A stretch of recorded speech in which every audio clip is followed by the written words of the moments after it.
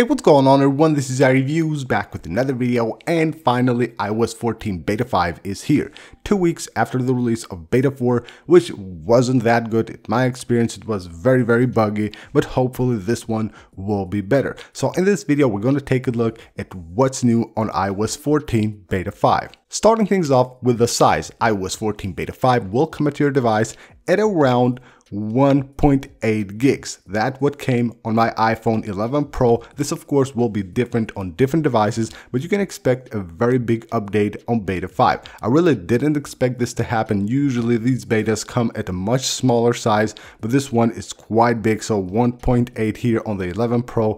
Probably you will see 1.5 on other devices, or maybe even close to 2 gigs on other devices. The build number for iOS 14 Beta 5 will be 18A5351D. This is the build number of the newest iOS 14 beta. And now let's take a look at the new features and changes that you will find on iOS 14 Beta 5. A very useful new feature that Apple has added on Beta 5 can be found under the photo settings. So if you go to the settings app, go to photos, you will find here hidden album.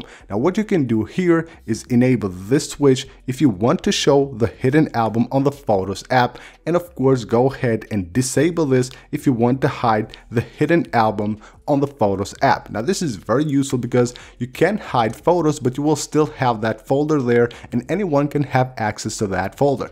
But with Beta 5 you can go ahead and remove that folder. Of course you will still have the hidden photos there, but it won't just show on the Photos app. On Beta 5, there is a new privacy setting for apps which use widgets that use also your location. So if you go to settings, go to location services and go to one of the apps that has a widget and also uses your location, you will see a new option while using the app or the widget, which means that now you will have to allow access to the widget to use your location. You might also see a pop-up on the home screen when you add a widget that requires to use your location. You will see there a pop-up which basically asks you to allow that app to use your location. A very cool change on iOS 14 Beta 5 is the return of the scroll wheel when you're picking time, like let's say on an alarm or something like that. Now we have basically the manual mode when you can just go ahead and add any time you want there, or now you can basically use the all scroll wheel here, which is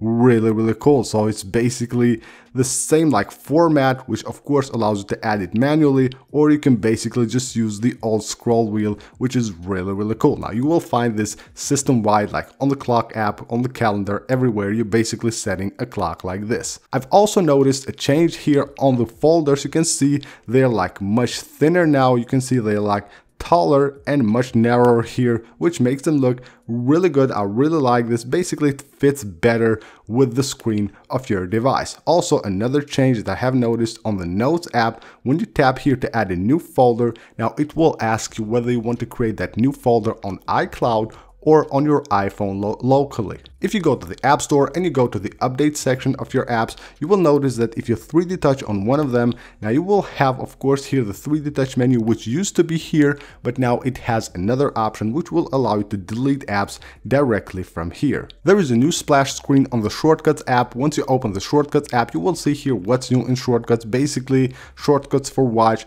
automation suggestions, starter shortcuts, start with a built-in folder of shortcuts which are basically created for you, and you will have also the compact design, the new design of the Shortcuts app. On Beta 4, Apple has added the ability to add a 2x2 shortcut widget. Now when you add it, you can see that it will show you your most recent shortcut right there. Now on Beta 4, it just used to show like a blank widget right there. Now you will have your latest shortcut, which will be added automatically there. And if you go ahead and of course tap on edit widget, you will have the ability to change it to any other shortcut that you want. There is a new big widget for the News app. Now I have tried to add this on the home screen, but it just wouldn't fit. It will automatically be moved here to the widget section. So this is a new widget for the News app which shows a ton of news right there. Another change that I have noticed on the shortcuts is that when you go to add the clock shortcut, now the smaller one, which shows just one city, will be the first one. Now this used to be at the end here, this was the first one,